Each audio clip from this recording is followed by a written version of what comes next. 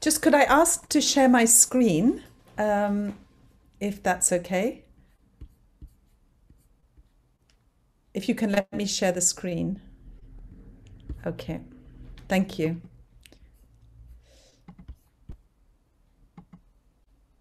Voila. So I will give you a short presentation of my work.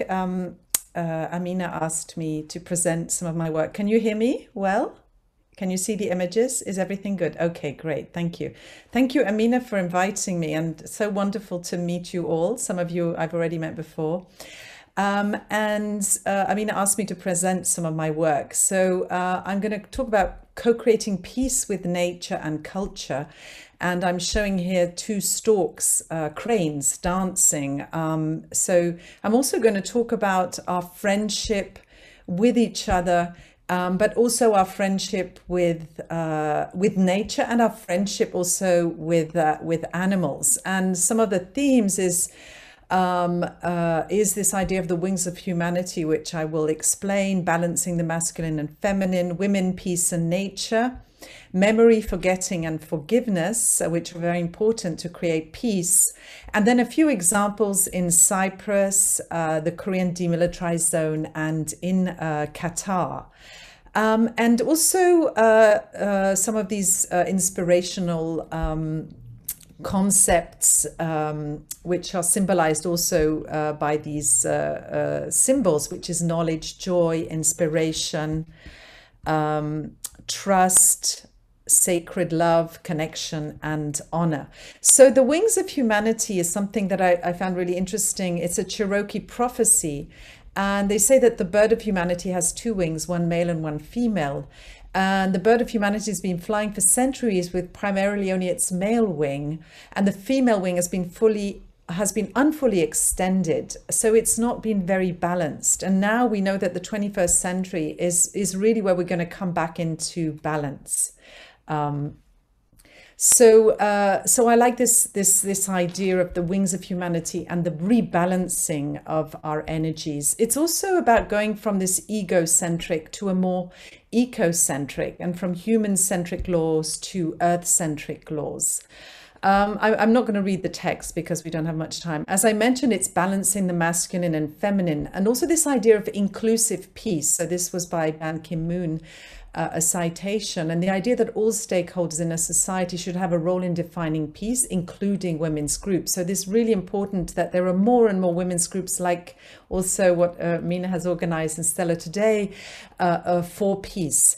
This is just an example of an art exhibition I had in Nicosia called Stitching the Buffer Zone, and I made a series of chess sets. For me, the border is the chess set. So it's two armies, a front line with two opposing forces, but it's also the chessboard, a sort of weaving of two territories. If you look at the checker, it's also a reweaving. And one of the chessboards that I made was copper and iron, and it was homage to Joseph Beuys and a rebalancing of the masculine and feminine. So one of the chess pieces was about this rebalancing. So women, peace and nature. When I started my PhD in Boston, I was very blessed to actually hear Wangari Maathai speak. I went there in 2004, and she had just won the Nobel Peace Prize. It's the first time that the Peace Prize was given to the environment. And so this was a big major breakthrough, and it was a woman and the environment. And she had a green belt movement where she was planting trees with women to restore ecosystems in Kenya. And then that went on to actually become an atlas of ecosystems and human well-being. And she also went on to bring this into policy. So it's also about this bottoms up and grassroots, planting these seeds, which can then actually transform society and politics. I'm also working with the Korean, the Women's Federation for World Peace on projects in Korea. And it's also the Korean women from South and North have been meeting in the buffer zone and working on the reconciliation. So, what is memory, forgetting, and forgiving? This is something I studied in my PhD, because I was looking at borders as the scars of history, as Robert Schuman said. And this is just a map of historical borders and borders that are now existing or being built. The ones in orange, you can see the Cyprus Green Line, the wall in Israel, India and Pakistan, the wall being built between the US, etc. And the others are the Roman lines, the Great Wall of China, the Atlantic walls, etc. But the idea is that all walls will eventually fall, and what happens to them afterwards. What happened in Germany in the Iron Curtain was really interesting, is because in Germany there were some nature lovers and bird watchers who decided that they'd been watching the birds along this Iron Curtain, because the thing with these borders is often you don't have human development and there's a lot of wildlife. So they decided they wanted to keep the patrol path and also preserve this green belt. And now it's become a project in the whole of Europe. So it's this idea of this kind of, it's a scar, but it's a beautiful scar, which is full of wildlife, endangered species and birds. And there's also the landscapes of memory. Also, there's a lot of people who have, died in these border zones and front lines. And so the idea is that we can have memorials, but they don't have to be nationalistic, or they should also be inclusive. So here you can see an example of a monument for the veterans of the Soviet-Finnish War. And these are sort of more land art than really nationalistic. This is in Berlin, in the middle of Berlin, where the wall used to be. So the wall fell and it was very quickly erased in the center of the city. And people went back there and couldn't find the wall. So the city had to put this copper line there. So this was a project. My work on borders and my passion and obsession, you could say, started in 1989. I was actually in Berlin where the wall fell, and I designed a project for this space of the border to create this sort of what I would call this beautiful scar. Unfortunately, in the center of the city, everything was demolished very quickly. But in some areas here, this was actually the inhabitants of both sides who decided they wanted to create a park. So this was also a bottoms-up initiative, and it became the Wall Park in Berlin. And some areas in the center, because there was a slowdown in the economy, were actually used for sculpture parks, because as they're waiting for the projects to develop. And there's also some ecological communities that were able to set up these autonomous and ecological communities in the wall. When I was in Boston with my late husband, we also created a peace park in Lower Roxbury, which is the African American neighborhood. And it was called the Frederick Douglass Peace Garden, because actually he used to have an office very near here. He was an abolitionist. And all the young African Americans and young people didn't know who he was. So we decided that the garden would be named after him. And these are the students from the architecture school who designed this, the young lady here who designed this memorial for Frederick Douglass. So it was actually a garden for the inhabitants and a public space in an area where no public spaces were being built. And it was also a memorial to an abolitionist. This is a project that was designed in Beirut, and this is also a co-creation with all the different communities. As you know, Beirut had a civil war which tore apart all the different communities. And this project was actually designed in the Green Line and in an area and co-created with all the different faiths and different people to create what they call this garden of forgiveness, because forgiveness is also very important if we want to move forward in peace. There is memory is important, but forgiveness is also important. So Venus, Aphrodite or Venus was, Cyprus is the birthplace of Aphrodite or Venus. And this was a short text that I wrote for a book, and it says the green line in Cyprus, the buffer zone that separates north and south, it is not really a line and not very visible and not often green between two frozen fronts that will not clear the storm. It forms an interstice of land that encapsulates much pain, weaving through landscapes of copper, sand, sea and stone, crossing cities, roads, rivers, fields, orchards, plains and mountains. It is a landscape of memory and becoming, a necklace of archaeologies, a river of hope, a ribbon of fertile flora, a haven of mice and mouflon. A chasm of traumas, it will flourish into a beautiful scar, a peaceful paradise, an Eden of ecological wonders where the lemons will become less bitter and Aphrodite will converse with Venus, Mary, and Haram in a joyful song of angels. Cyprus actually has the tomb of Haram as well, which is a very holy place for for Muslims. So this is just to show you the buffer zone in Cyprus, which still separates the north and south of Cyprus. And the idea behind my work is really how this transformation from a military buffer zone into an ecological connector and also a landscape of memory. And these are just different scenarios. As I said, I won't go into them because it's just a very short presentation, but it's this idea of the transformation of this space and to continue having the habitats for the wildlife, transforming these observation posts into areas where we can observe nature. This was a bit of a provocation. In these areas, there was a lot of nationalistic signs of Macarius and Ataturk, and the idea was perhaps we could have more female figures in public space as well. So this is why I put Venus in the public space. And then with our students, we actually looked at transforming the buffer zone. So there are a lot of abandoned copper mines, and Cyprus means copper. Cyprus is also associated with Venus. So the idea was, how can we actually transform these abandoned copper mines, as you can see below, into these sort of new landscapes which recall the past, and also create these cultural landscapes and honoring to Venus. And in Nicosia also proposing some border parks. This was another project called Collaborative Community Corridors, and it was also around 3 different species in Cyprus. The mouflon, the monk seal, and the crane, which is a migratory species. And they each have different symbolisms, the sort of power animals, power, trust, longevity. They have different pathways, driftways, flyways, and then different habitats. So the idea was really looking at these species, which are all on the red list of endangered species, and how they could become sort of these messengers or flagship species also for projects of peace. In a way, just showing as well by these maps that, you know, they don't have any borders.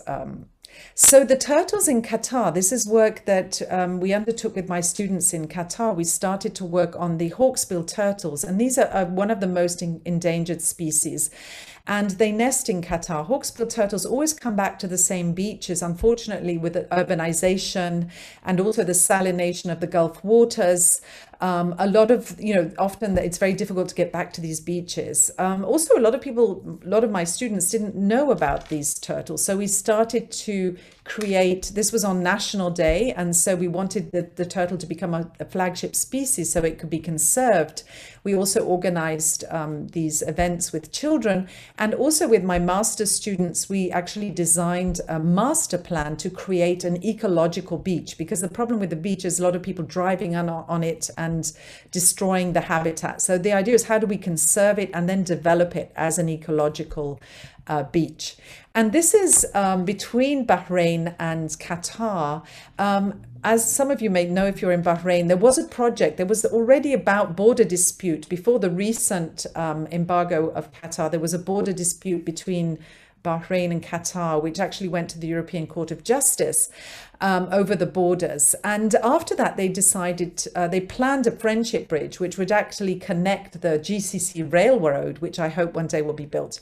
So with our students, we looked at both sides, the future UNESCO reserve in Qatar, and the Hawa Islands, which are also proposed as a natural reserve, and saying how we could actually join these together as a transboundary reserve between Qatar and Bahrain, and it would be articulated around this friendship bridge, which would actually become a sort of ecological infrastructure to regenerate the waters. So in Korea, this is the joint security area in Korea. So this is actually the red line where, both sides can face each other.